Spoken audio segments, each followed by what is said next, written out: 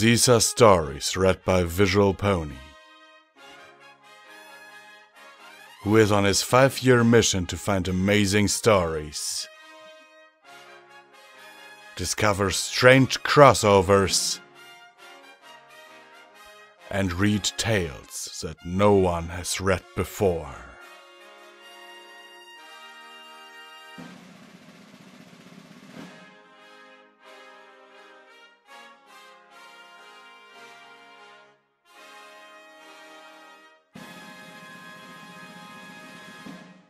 Project Sunflower, Chapter 27. Getting Reacquainted. The office had changed considerably since Paul Velciek had been removed as head of Project Harmonix. Where previously it had been sterile and functional, with a minimum of ornamentation, Maggie had added her own personal touches everywhere she could find a level space. Pictures of her family adorned the walls, along with a framed poster for the latest Broadway performance of Phantom of the Opera, which she only had because her eldest son was in it in the role of the choir master. A crocheted blue teddy bear sat on a small shelf, which her eldest daughter had made for her a couple of years ago. Various other tidbits of bric-a-brac were scattered around. Souvenirs from various trips, old mementos from her long-past college days, carved animals, small kinetic desk sculptures, and a nearly completed state spoon set, all of which helped Maggie feel at home. The unicorn in the room was staring with wide-eyed fascination at the various knickknacks and sundry, completely distracted. Maggie cleared her throat, and the young mare jumped slightly and looked back at her. "You've read all the documentation we've given you?"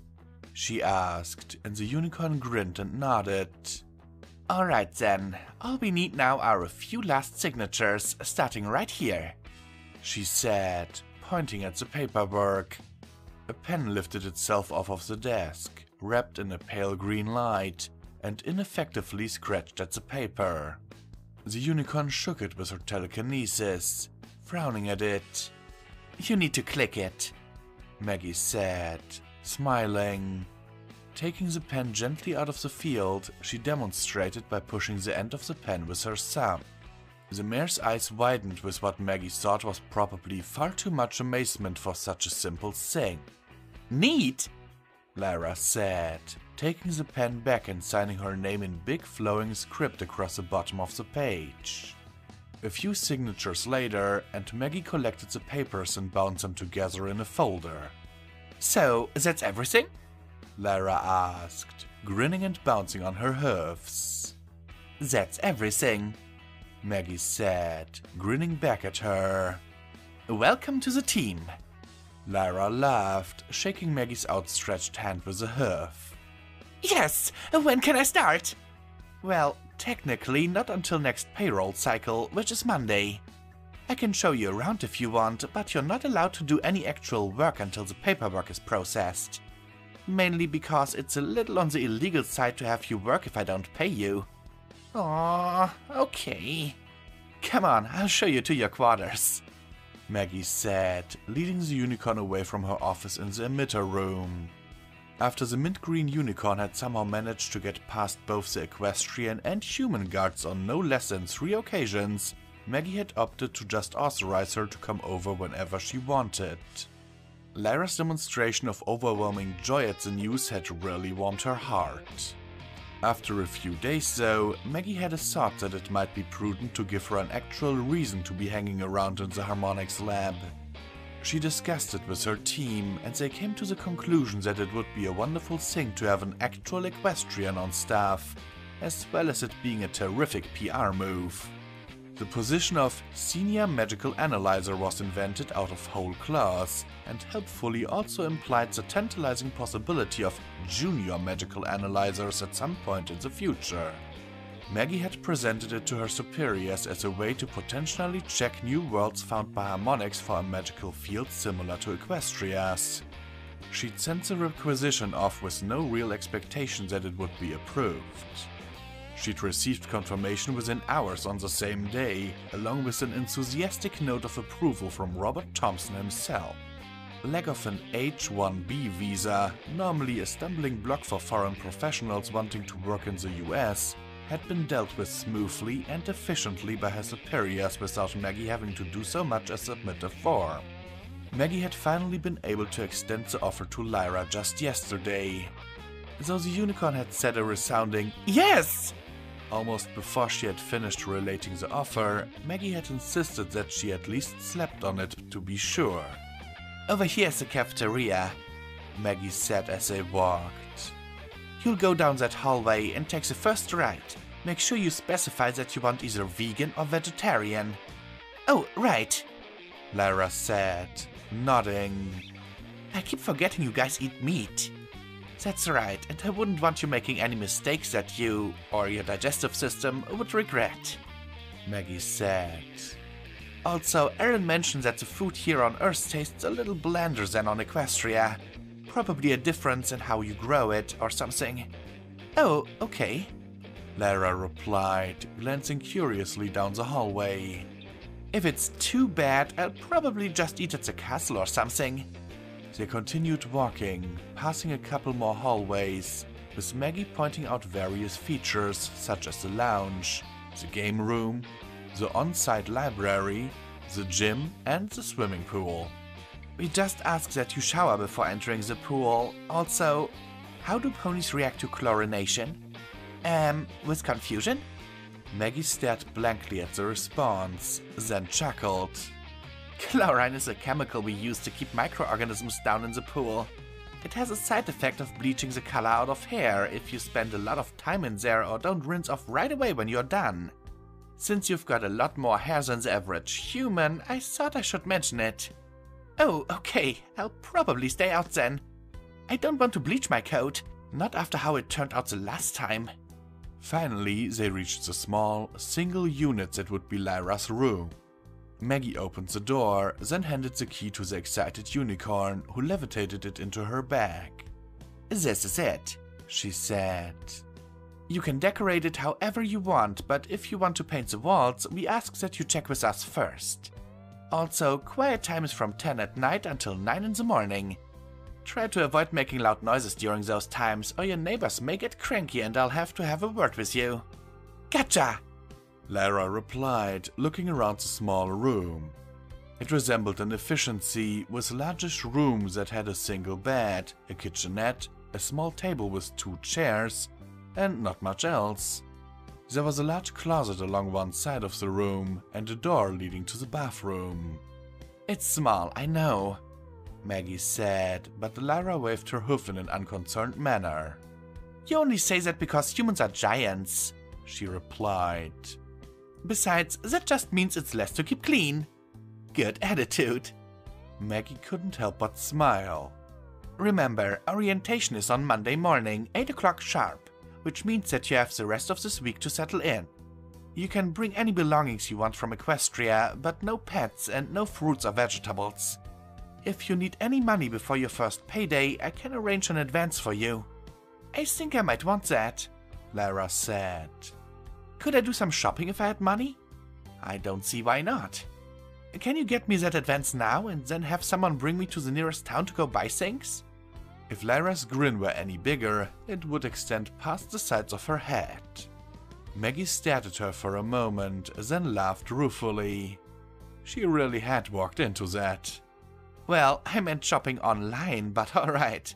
I guess we can do that. I'll get you a credit card and a couple of people to escort you to town. It's going to take a while to get everything cleared, though. Don't expect to go today."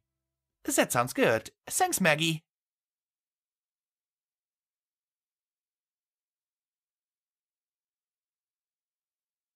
Motes of dust danced in the sunlight that streamed into Celestia's private study, where the Princess of the Sun was going over some of the recent reports detailing the supplies requested for shipment to Zenebra.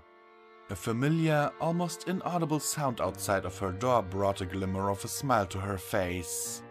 Long experience had familiarized her with the sound of some ponies shuffling their hooves while trying to summon the courage to knock upon her door. "You may enter," she called, and afforded herself a brief moment of amusement as the startled silence outside. The door cracked open and Aaron walked in, looking like a student who'd been sent to see the headmistress without knowing why. "Princess?" Aaron said, bowing a little clumsily. Honestly, Celestia would prefer it if every pony would just stop with the bowing, at least in private, but there didn't seem to be much that she could do about it. She put the paperwork aside and regarded the human-turned pony with a smile. "Hello, Aaron. I imagine you're wondering why I asked you to come here?" Yes. Yes, Princess," Aaron said, her forehoof pawing nervously on the floor. It was a mannerism that Celestia found mildly surprising, as one thing that Aaron's pony disguise had lacked in the past were the instinctive and subconscious reactions of natural-born ponies. She imagined that spending almost all of her time around her pony friends had caused her to start mimicking some of their behaviors. "I understand you met with your parents yesterday. They did not take your change well, I understand?" "No, Princess," Aaron said, heaving a sigh. They freaked out, honestly. I'm waiting for them to contact me, but so far..." She trailed off pensively, and Celestia smiled comfortingly at her. "Aaron, I'm thousands of years old, so when I tell you that I know your parents will come around, I want you to trust that I know exactly what I'm talking about. No parents who are capable of raising a daughter such as yourself would turn their backs on her over something like this." Aaron smiled gratefully at the princess and bowed her head slightly. "Thank you, Princess. I'm sure they will. It's just... it's a pretty big shock for them." Celestia nodded, glad to have been able to comfort Aaron somewhat. It made her slightly less guilty about the real reason she'd brought her here. "I'm sure it is. And once they calm down, they'll remember they love you regardless of your appearance. However, that is not why I asked you here today," Celestia said, her smile fading.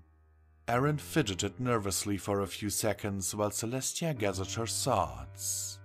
"As you know," the princess said, "Malachite will be confronting the Black Tide soon. I will be there, as will Luna, to observe his efforts, and, if necessary, to act against him should the situation require it. I've also asked Twilight Sparkle and her friends to join us, in case the elements of harmony will be of use." Aaron nodded. She'd known all of this already. When the princess spoke next, though, she could see Aaron's heart breaking. "Aaron, I know this will be difficult for you, but when Malachite confronts the tide, I would like to ask you to stay behind." "What?" Aaron asked, the anguish plain in her voice. "Princess, no! Please let me go with you! I know I can't do anything useful, but I want to at least be there!" "You would be face to face with Malachite once again," Celestia pointed out, and she saw Aaron shudder involuntarily. "More than that, he will be in a new, powerful body. One whose power may even outstrip my own, at least when I'm on Earth. I would spare you that." "I know," Aaron said quietly. "but I'd rather face him now than to be afraid of him the rest of my life. And I can't let my friends go into danger without me. Not again. I simply can't. Please don't ask me to stay behind, Princess. I'd hate to get into trouble for disobeying you." Celestia looked at the girl. Aaron was frightened, that much was obvious. She was terrified, both of Malachite and of whatever punishment she was dreaming up that she feared would be visited upon her for speaking back to a princess. Even still, she was remaining defiant. Celestia smiled, somewhat sadly. She had suspected that would be Aaron's answer, but she had wanted to give her at least the option of staying behind with a clear conscience.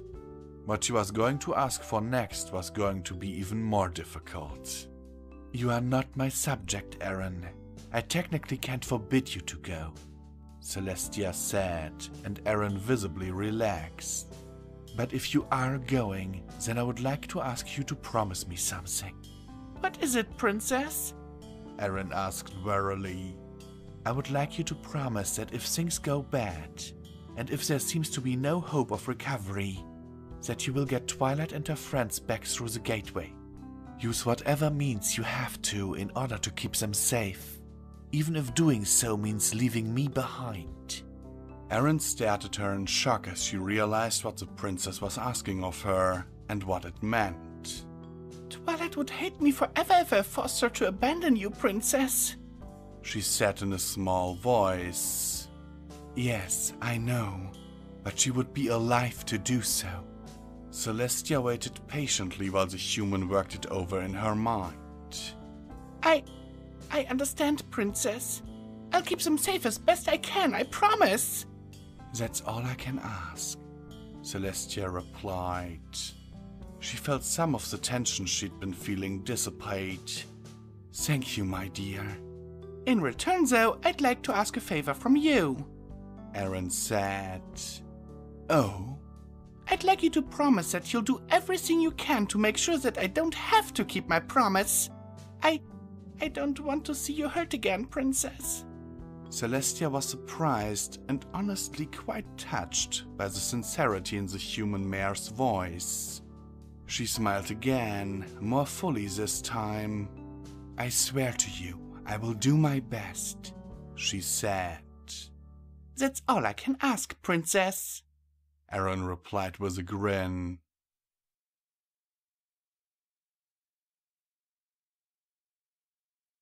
Winter was definitely in the air, the faded green grass crunching beneath her hoofs as Aaron, shivering, trotted quickly through the gardens on her way back to the Harmonics Gateway. If it hadn't been for Celestia's summons, she'd still be in her room, waiting to see if her parents were ready to contact her yet. She opened the door to the small structure that housed the gate, smiling at the unicorn guards who nodded politely back to her as she walked through to the earth side of the gate. Aaron, Maggie said, coming out from her office and waving. Hold on, I have a favor to ask you. Maggie, a lab coat rustling as she hustled down the short flight of steps from her elevated office, came rushing up to her, smiling widely all the way. Guess what? She asked. Aaron suppressed a sigh, not really being in the mood for games. I don't know what? You're no longer the only pony that works for Project Harmonics. What? You know your friend Lyra? She joined up. Really? Aaron asked, intrigued in spite of herself. She didn't bother correcting Maggie by saying that Lyra was more of an acquaintance than a friend. Doing what? Medical detection and research on any new habitable worlds we find. Oh, really? Wow. Here's a favor I was going to ask you, though, Maggie said. Lyra's going to get one of the project credit cards with about $2,000 on it as an advance on her wages. She wants to go shopping, and I thought it might be nice to have someone familiar to go along with her. Oh, Aaron said. Well, I don't know. It would also be better, I think, if there were 2 ponies instead of 1. You know, so not all the focus is just on poor Lyra. She'd be overwhelmed. I was kind of hoping. And it would be nice for her to have a friendly face around, especially one who's already familiar with human culture. And, you know, how to use credit cards and stuff like that. But it would be a huge favor to me, Maggie said. Aaron sighed. I was kind of hoping to stay around here in case my parents wanted to talk, she said. Oh, Maggie rocked back on her heels in surprise. I didn't mean today. We still have to get everything arranged. Probably tomorrow or the day after. Oh, well, Malachite is going to try and stop the tide in a day or 2, Aaron said. I plan to be there, but if the shopping trip is after I talk to my parents and not at a time when Malachite is going to make his attempt, then I'll go. If you're sure this is a good idea, that is. Why wouldn't it be? Maggie asked. Humans will have to get used to interacting with ponies eventually. Consider this the extension of your mission if you like. Pony ambassador to the humans. Aaron laughed. No, that's okay. I've had the human ambassadors upset with me enough. I don't want to tick off the ponies as well. But I don't mind helping Lyra out. They talked for a short while longer. Then Aaron trotted off to find her quarters in a much better mood. It helped that she realized that Maggie was right, that she still had a role she could play in events rather than just allowing things to happen from this point on. Aaron rounded the corner and stopped in shock, surprised to see her father about to knock on her door. Her mother was standing next to him, holding his free hand and looking nervous but determined. Mom? Dad? She said, and they jumped in surprise. Hey. Hey, kiddo, her father said, and her mother smiled at her. Can we come in? We wanted to talk. And to apologize, her mother added. It was just a huge shock. It was upsetting. We're both very sorry.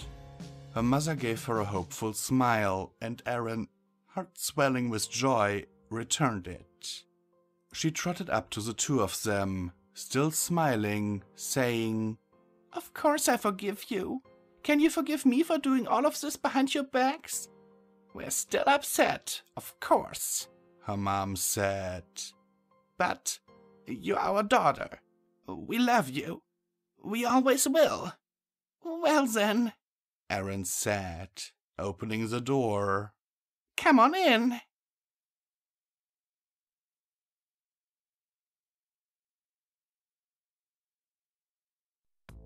The room was quiet and extremely dark. The Chinese military base where he was spending the night was darker and much more severe than the quarters he'd had in Colorado. Still, they would do for now. He wasn't planning on staying long. Malachite lay on the large mattress that had been wedged into the corner of a room that was much too small for it to fit into comfortably, regulating his breathing. Unlike the Americans, the Chinese had neglected several key aspects of security required to keep him in place, possibly due to lack of time to prepare. There were no cameras in the room that he could see, as one example. That suited him just fine. He'd been under observation for more than long enough. It was time for him to do some exploration on his own. The walls were too thick and dense for him to manage to pass through, even in his Fae form. Fortunately, unlike his quarters in Colorado, this one came with a small air vent. It didn't take him long to separate himself from his body, leaving just a single sprite behind to send the alarm should anyone attempt to enter the room. It would take them a while, as he'd barricaded the door with a completely superfluous dresser and nightstand they had also attempted to wedge into the room. He flowed through the vents, carefully but quickly, avoiding any openings with humans on the other side. He exited through the roof of the building, quickly getting his bearings and marking exactly where he'd come out in his mind, so as to find his way back to his body when needed. For a long while, he simply enjoyed the night air, basking in the moonlight and enjoying the serenity of the moment. The Earth's moon, so similar to Equestria's but with very different markings, hung full and heavy in the night sky, lighting things well enough that he had to be careful not to be seen. The humans had this building surrounded, but they neglected to look up as Malachite flowed from the roof to roof, staying well out of sight until he reached the chain-link fence surrounding the compound. Passing through it, he quickly made his way into the underbrush of the forest, feeling truly free for the first time since he'd come to Earth. Moving at a rapid pace and no longer concerned with being spotted through the thick underbrush, he covered several miles in mere minutes. Then, resting, he sent his face sprites out in all directions, willing them to bring him samples of the local wildlife, anything they could find.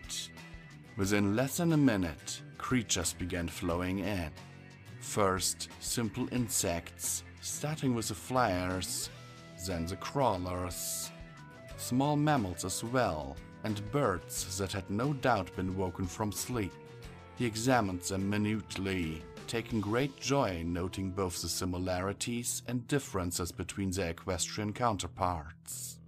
He was in the midst of a detailed examination of a small dog, which was obviously someone's pet or property judging by the collar on its neck, when he heard a commotion coming towards him. Something large was coming, accompanied by the excited babble of what he recognized as a human voice. He froze in alarm. Could they have discovered him missing?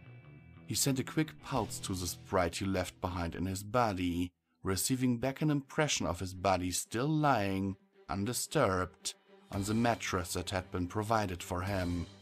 No, the humans had not discovered his absence. His questions were answered when a glassy-eyed male human, bald head gleaming in the moonlight and with a dark haze surrounding his body, stepped into the clearing. A human female, the source of the distressed voice, was pulling on the sleeve of the garment he was wearing, obviously a garment intended for sleeping. The human was barefoot, and Malachite could see his feet were bleeding from his journey into the woods. He snarled in irritation, and the human female stopped her entreaties to the male, glancing fearfully around the underbrush. Quickly, he sent a sprite to possess her as well. It was his own fault, he knew. He shouldn't have sent his minions out blindly like that. However, knowing that made it no less exasperating and no less dangerous for him. He considered his options. What would be the wisest course of action? If he let them go, they would undoubtedly talk about it. A human with a dark green haze surrounding him, acting as if possessed? Humans were many things, but they were no fools. They would piece it together very quickly. Would they accept that it was an accident? And would he want them to know that it was? He didn't wish to appear less than competent. Would any explanation even be sufficient to sway them? He regarded the humans, who stared back at him with Fae-possessed eyes. There was always the option to kill them, he realized. It was far more tempting than he was comfortable with, he admitted to himself. Still, no, that option was out as well. If the female wasn't the only witness to the inadvertent abduction, then he would still be found out. And if he killed them, then he'd lose whatever chance he'd had to convince the humans to trust him. He sent out a brief mental command, and the humans slumped unconscious to the ground as their face sprites returned to him. He then recalled his sprites, all of them except the one in his own body. It took several minutes for the furthest ones out to return to him. Moving even more rapidly than before, he returned to the camp. It was hours past midnight now, and the formerly peaceful night seemed menacing, as if a trap waiting to be sprung hid in every shadow. The darkness that had concealed him now seemed to close in around him as he hurried back to the base. His former euphoria at freedom was gone, replaced by a desperate need to return to his cell before he was found out. Once again, he flowed between buildings until he found that one that housed his body. Then up to the roof and back through the vents he went. He returned to his room, at first relieved to see his body, then surprised to find it breathing somewhat heavily, as if it had been exercising in his absence. Glancing at the door, he saw that his barricade was still in place as he remembered it. His body hadn't moved then. He pulled out the faceplate he'd left behind, regarding it with disgust. The sprite had swollen immensely during his absence, now several times larger than the average sprite. Obviously, it had taken advantage of Malachite's distance to gorge itself on the life essence of the body he'd left behind.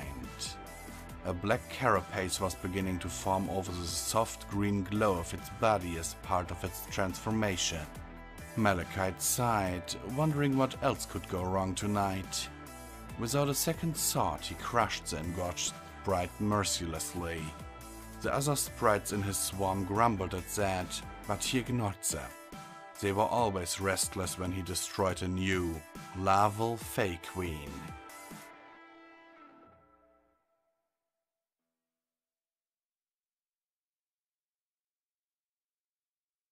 After entering Erin's room, there was a requisite moment of awkwardness typical of Erin's family after everyone got back together following an emotional confrontation. Her father broke the silence and embarrassed foot shuffling that ensued. "This is a really tiny room," he said. "Is this really all they gave you?" Yeah, you get used to it. At least I'm not sharing a bathroom with a bunch of other girls like in college," Erin replied. The awkward silence, momentarily driven back by that brief foray into conversation, started to make a daring comeback. "Oh, to heck with this," her mother said, kneeling down and tugging the startled Erin around the neck. "I've missed you, sweetie." "I've missed you too, Mom," Erin replied, putting a foreleg around her mother's shoulders and squeezing. Her mother broke the hug first, leaning back and smiling through her tears. She reached out and ran her fingers through Erin's mane. "It's softer than I expected," she said with a little laugh. "Ponies on Earth don't tend to shower every day," Erin said, smiling in return. "and they definitely wouldn't use shampoo and conditioner if they did." "Can I get one of those hugs too?" "Of course, Dad." Erin held out her forelegs and her father knelt to hug her. This embrace was extremely careful, as if he expected her to break or explode. Erin, completely certain her father wouldn't spontaneously combust or shatter, hugged him fiercely back. "It's good to see you again, kiddo." "Likewise," she replied, smiling. After the hugging, Erin invited her parents to sit down on the only furniture she had in the small room, which was her bed. Her mother plopped down, looking dazed but happy, and her father lowered himself gingerly, staring at her fluffy bedspread as if expecting it to leap up and smother him. "Can I get you something to drink?" she asked. "What do you have?" her mother asked. Erin rattled off the drink options, reminding herself of her brief foray into food service as a waitress while in college. Lynn opted for an orange juice, and John asked for a Dr. Pepper. She walked over to the kitchenette and popped open the fridge, removing the carton of OJ and the 2 liters of soda with her mouth and setting them on the counter. As she closed the fridge door and went over to the cupboard for glasses, she noticed that her parents were watching her with apparent fascination. The close observation made her more self-conscious about manipulating things as a pony than she had felt in weeks, and she nearly fumbled the glass as she pulled it off of the shelf. Lynn started to get off of the bed, but Erin held up a hoof to forestall her. "I got it, Mom. I do this all the time, really." The glasses went on a tray without any further mishap, and the freezer was successfully navigated for some ice cubes for her father's soda, clinking into the glass one at a time. She glanced back at her parents, smiling triumphantly, only to see her father frowning and looking slightly put off. "With your mouth?" Yeah, no thumbs," she said, waggling her hoofs at him. "Is that okay? I kind of got used to it as a pony. Everyone who's not a unicorn uses their mouths for stuff like that." "It's..." He trailed off, speaking again only after Lynn elbowed him in the ribcage. "It's fine, really." Erin flashed a smile at him, then poured the drinks by holding the containers in her hoofs. She put the containers away in the refrigerator, then clamped down on the tray with her teeth and walked carefully back to her parents, offering them their drinks. After they took them, she placed the tray on the nightstand, then sat on the floor in front of them and looked at them expectantly. "You did that very well," her mother said, surprised. "You get lots of practice," Erin said, laughing. "It took a while for me to get used to the mouth thing too." Her father, after looking at the ice in his drink with some unease, shrugged and took a sip. "Do you get used to being naked too?" "Do you get used to being naked too?" "Well, it's..." she managed before her father sprayed soda all over her. "Dad!" she yelled, wiping Dr. Pepper off of her face with a foreleg. "What the heck?" Her father was sputtering and coughing up a storm. Lynn patted him sharply on the back. You going to be okay there, Dad? She said after a minute as the coughing wore off. I didn't even naked. Her father managed, and Aaron blushed. I'm a pony, She said defensively, though deeply embarrassed. Yeah, it bothered me at first, but come on, I'm not even human. You can't even really consider me naked, honestly. Her father kept coughing, refusing to look at her. Grumbling, Aaron went over to the closet and pulled out the simple sundress that Rarity had made for her all that time ago. It only took her a few seconds to slip it on, by which time John had finally stopped coughing. Oh, that's lovely, dear. Thanks, Mom. My friend Rarity made it for me. She's a dressmaker in Ponyville. They actually call it Ponyville? John asked, voice still sounding rough from aspirating a carbonated beverage. Yeah, it seemed odd to me at first, too. It would almost be like calling a place Humanville. So, her mother said. Tell us about it, Aaron. Nodding, she began talking. She talked about her first few months with harmonics, the initial excitement being ground down into dull boredom after weeks of carefully calibrating sensors. She talked about the presentation with Dr. Welchiak, hiding the flash of anger she felt mentioning the man's name where she first saw the ponies. She continued on, summarizing her reasons for going and what the initial process was like. Waking up delirious and semi-sedated, her difficulties walking and eating, and the intensive training that followed. Her parents, who'd been listening and nodding politely as she spoke, really perked up when Aaron went to Equestria. She talked about meeting Applejack and Rainbow Dash, about going to Ponyville for the first time, getting a room, and looking for work. Her second day in Equestria had her mother in stitches, especially when she related her experiences as a house painter. I'm glad that you find it funny, Mom. Aaron grumbled. It was humiliating. There was paint everywhere. Dad, stop it! Her father jerked his hand away from her ear. Sorry, it's just so freaky. I know, but please stop. My ears are kind of ticklish now, she said. Oh? He said, ugly, grinning and reaching slowly back out. Aaron cringed away. Mom! Make him stop! John, don't mess with your daughter's pony ears, Lynn said, still giggling slightly. What happened after that, sweetheart? Well, I found this old flyer for a company called FedEx, looking for... Called what now? Her father asked, surprised. FedEx, short for Fetlock Express, she said. Her father stared at her with mild disbelief. Weird, was all he had to say about it. Aaron nodded and continued. So, anyway, I went there, met Mr. Parcel, a sweet old guy, and he hired me on the spot. Even gave me an advance so I could get something to eat. What was the job? Lynn asked, grabbing a brush off of the nightstand and using it to gesture at her daughter's mane with a questioning look in her eyes. Erin rolled her eyes and nodded grudgingly, and her mother started happily brushing her mane.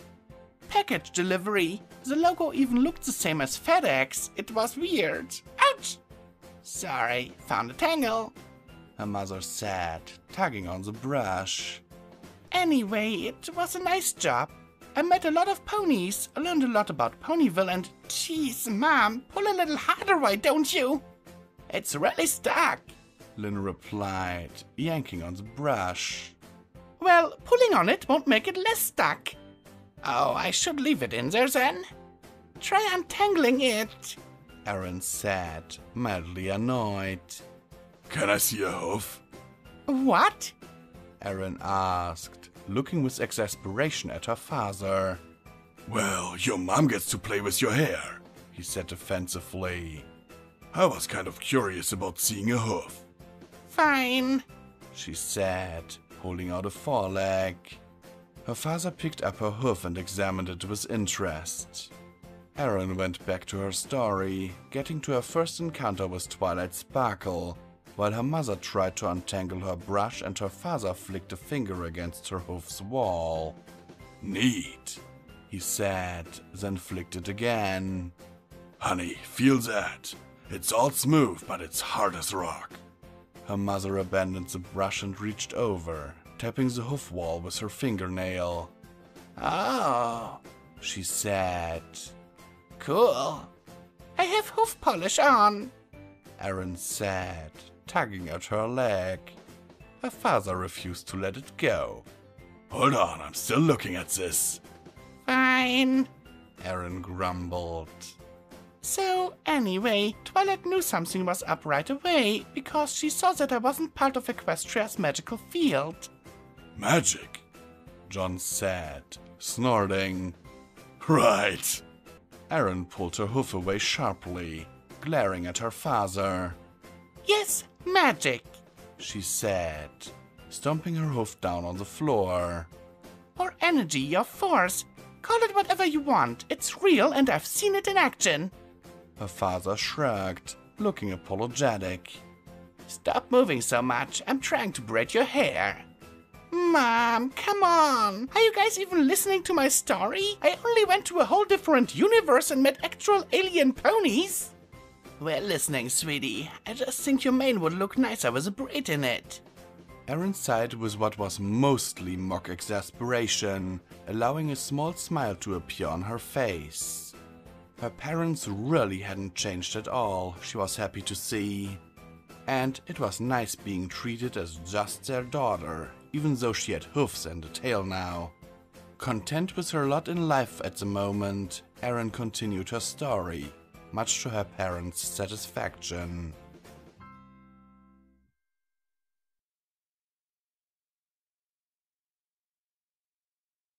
Are you sure we shouldn't just wait for Erin? Fluttershy asked as Twilight scowled at the remote control. I'm sure I can figure it out, she said, shaking it vigorously with her magic. That's not how you use it, silly, Pinky said. You need to push the buttons. Here. And Pinky deftly snatched the remote from Twilight, ignoring her protests.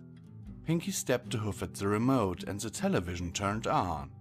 Twilight returned to the couch, sitting down in a huff. Awesome, it's movie time again, Rainbow Dash said from her customary beanbag, a large bowl of popcorn resting on her belly.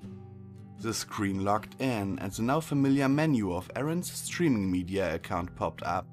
What will we be watching this time? Pinky asked. I want to watch something funny. I don't care, but it's got to have action, Rainbow replied. I didn't want to say anything to Erin, but a couple of those movies she showed us last time were kind of boring. How can you say that?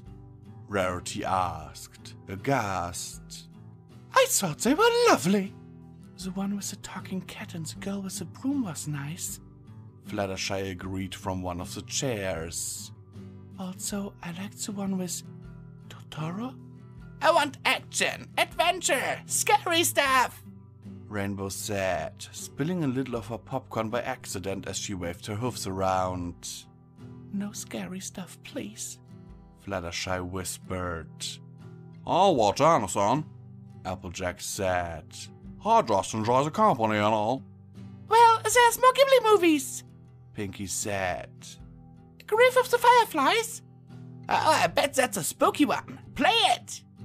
No, Rainbow Dash, I don't think so, Rarity said, patting a shivering Fluttershy consolingly.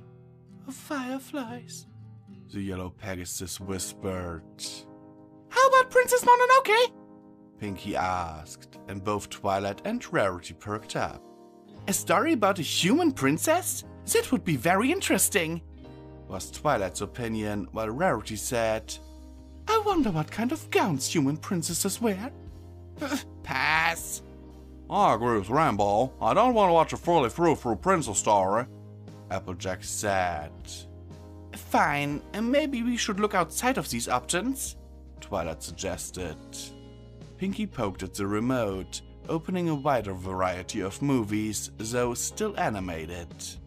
It looks like these are all of Aaron's favorite animated movies, Pinky said. Iron Giant? I wonder what that's about. Bunnies, Fluttershy said suddenly, startling every pony. Can we watch the one with bunnies? Watership Down? Well, animated rabbits are usually pretty funny, from what I've seen. Pinkie Pie said. No comedies! Action!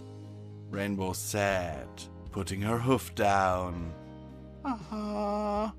Pinky and Fluttershy said at the same time. Hi, there's one here called How to Train Your Dragon. Y'all wanna watch that? That may come in useful for me, Twilight said, giggling. Does it have action? Rainbow Dash asked doubtfully.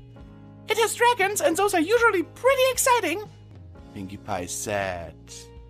It sounds like a documentary, and those are boring. I don't think so, Twilight said. Aaron said Earth doesn't have any dragons. Fine, Rainbow Dash said grudgingly. But if this is some sort of boring documentary, I reserve the right to turn it off and pick something else. Twilight, sensing that this was as close to a unanimous agreement as they were going to get, nodded her head. Even Fluttershy was looking more interested than frightened. Dragon training it is. I kind of wish Spike were here to watch this with us. I'm sure he'd have something to say about it, she said, with another giggle. Pinky plopped herself down on the sofa between the two unicorns, grabbing another ball of popcorn for herself. On the screen, various logos and music played briefly, and then came a voice. This is Berk. 5 minutes later, Rainbow Dash was calling it the best movie ever, Fluttershy was hiding behind the couch, and Twilight was busily jotting down notes on the anatomical inaccuracies of the dragons in the film.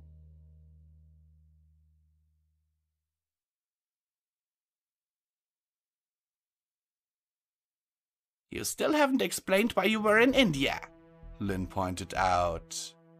There was an accident. After Princess Celestia got hurt, they evacuated all the ponies back to Equestria. But the gate got broken before I could get back through, so they had to bring me back the long way. Aaron didn't see any reason to explain that Twilight Sparkle, her best friend in Equestria, had broken the gateway in a fit of rage. They'd long since made up, and that was all water under the bridge as far as Aaron was concerned. I don't like that one bit, John said, pacing off his agitation. Why were you even there? I told you, Dad. Most of my pony friends make up a group that uses something called the Elements of Harmony. It's their best defense, and they wanted to try it on the tide. I wanted to be with my friends. Aaron hid her twinge of guilt over glossing over the truth by taking a bite out of the apple sheet pulled out of the fridge. She then sighed with disappointment. Not nearly as good as Sweet Apple Acres, she said mournfully. I wish they'd let us bring fruit over. You have to try equestrian food. We could go now if you wanted, her father said. I mean, if it's allowed. I could check with Maggie, I suppose, Aaron said. I don't want to be a bother, Lynn said. We can just eat at the cafeteria. Oh, well, I hope you don't mind if I don't go with you. Why not? Well, it's just that meat smells really gross to me now. Because you're a pony? No, because I haven't smelled it in weeks. No meat in Equestria except for what griffins and the like eat. Griffins, her father said, dreamily. I can't believe. I really want to see this place now. I'd be happy to show you around. And it's no bother, Mom. Come on, let's at least ask, okay? Faced with puppy dog stares from both her husband and daughter, Lynn acquiesced. Aaron let them out of the room, still wearing the sundress for her father's sake. A pony in a dress cost more than a few startled stares from the passing humans as they made their way to the emitter room. As a group, they went to the door to Maggie's office, who opened the door with a brief smile that seemed a little forced. Made up with your folks, I see, she said, nodding at the married couple. That's a cute braid, by the way. You look nice like that. Thanks. Aaron replied with a happy smile. I was hoping I could get permission to show them around Equestria. Sure, might as well, Maggie said. It's up to the ponies to approve your entrance to the castle, though. I've got no say in that. Thanks, Maggie, Aaron said, starting to walk away. Hold on, Aaron. Can I talk to you for a second? In private? Oh, sure. Mom? Dad? Wait for me over by the gate, okay? Her parents nodded, staring in rapt fascination at the shimmering gateway hanging in the air. Aaron turned back to Maggie, who gestured that she should join her in her office. What's going on? She asked, closing the door behind her. Things are moving faster than expected, Maggie said, sounding uncharacteristically grim. Malachite will be at the tide tomorrow, early in the morning for China, but around 8 in the evening our time. Oh, Aaron said, feeling a sinking sensation in her gut. Well, the sooner the better, I suppose. Maggie opened her mouth as if to tell her more, then closed it again, shaking her head. Was there something else, Maggie? Aaron asked, tilting her head to the side. No, you go have fun with your parents. Show them around, introduce them to the princesses if you can. Maybe get Rainbow Dash to do one of those amazing rain booms of hers, she said, giving her a big and extremely fake smile. Aaron looked at her quizzically. Maggie was hiding something, she was sure. Her impatience to rejoin her parents warred with her curiosity, and her curiosity lost. If it was really important, Maggie would tell her, she knew. Okay, Maggie, tell me about it when I get back, okay? I never really was good at hiding things, Maggie said with a chuckle. Don't worry, it will keep. Go have fun. Alright, see you later tonight, okay? Later, Aaron. Aaron left Maggie's office, trotting to join her parents at the gate. Come on, she said gleefully. I have so many things to show you.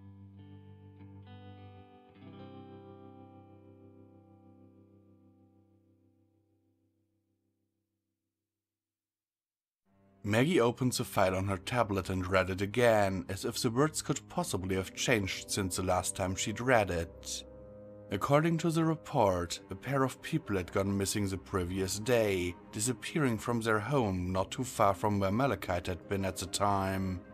According to the report, a distraught son had raised the alarm in the afternoon after finding his elderly parents gone when he'd stopped by to visit. A search party had been formed, quickly finding the mother wandering in the woods a half-mile from their home. The woman, suffering mild hypothermia, had lapsed into and out of consciousness during the trip to the hospital, babbling nearly incoherently about demons and her husband being possessed. The husband, found as if asleep in a clearing, hadn't been so lucky, having been in poor health to begin with. He'd been dead for hours by the time the rescuers had found him. The Chinese escorting Malachite were completely certain that he hadn't managed to get past their guards, who'd been stationed on the doors to the room Malachite had been kept in for the entire night, as well as surrounding the entire building. They were certain it was just a coincidence. Maggie wasn't so sure herself. Still, it was no more than suspicion on her part, and nothing worth worrying Aaron about while she was still repairing her relationship with her parents. The news would keep. At least, Maggie prayed that it would. Hello and thanks for watching this video. If you liked it, please hit that like button down below, since it really helps me out in the YouTube algorithm. And if you haven't already, why not subscribe to my channel? If you want to support the channel and all the content that I create, you can do so via Patreon at patreon.com/visualpony. The link is in the description. If you want more of my content, why not visit my website where I have everything organized into neat little categories. The address is visualpony.de. Here you can find all the information about upcoming releases and stories that are still in production.